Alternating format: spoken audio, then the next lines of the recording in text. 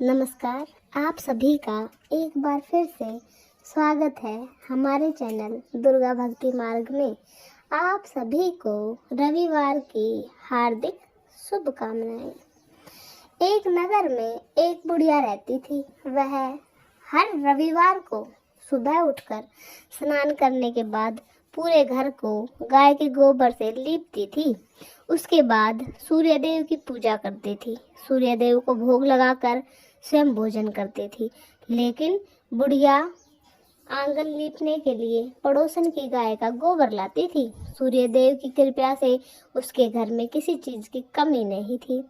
यह देखकर बुढ़िया की पड़ोसन उससे बहुत जलती थी। तब पड़ोसन ने गाय को अंदर बांध दिया और उस दिन बुढ़िया आंगन को बिना लीपे रह गई और बुढ़िया बिना खाए पिए ही सो गई। उसे सपने में सूर्यदेव दिखे और कहा कि आज मुझे भोग क्यों नहीं लगाया। तब बुढ़िया ने कहा कि मेरे पास गाय नहीं है। पड़ोसन ने गाय को अंदर बांध लिया है, इसलिए मैं आंगन को लीप नहीं पाई और भोग भी नहीं लगा पाई। तब सूर्यदेव ने कहा कि मैं तुम्हें एक गाय देता हूँ जो तुम्हारी सारी मनोकामना पूरी करेगी। बुढ़िया ने सुबह देखा उसके आंगन में एक गाय व बछड़ा था। अब तो पड़ोसन और जलने लगी और उसने देखा कि गाय सोने का गोबर देती है। पड़ोसन की आंखें खुली रह गई। तब पड़ोसन उस सोने के गोबर को घर ले गई और अपना गोबर बुढ़िया के घर रख गई। इस प्रकार पड़ोसन सारा गोबर ले जाती और बहुत धनवान हो गई।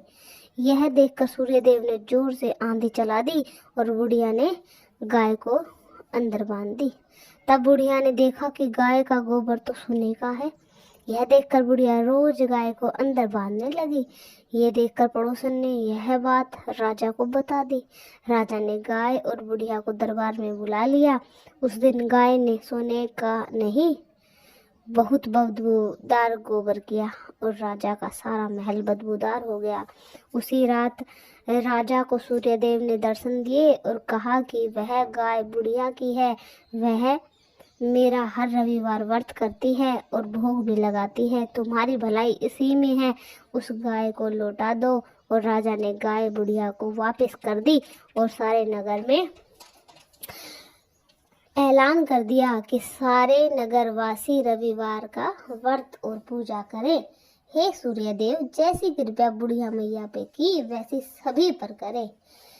जय सूर्यदेव। आप सभी को ये कथा कैसी लगी कमेंट में जरूर बताएं। धन्यवाद।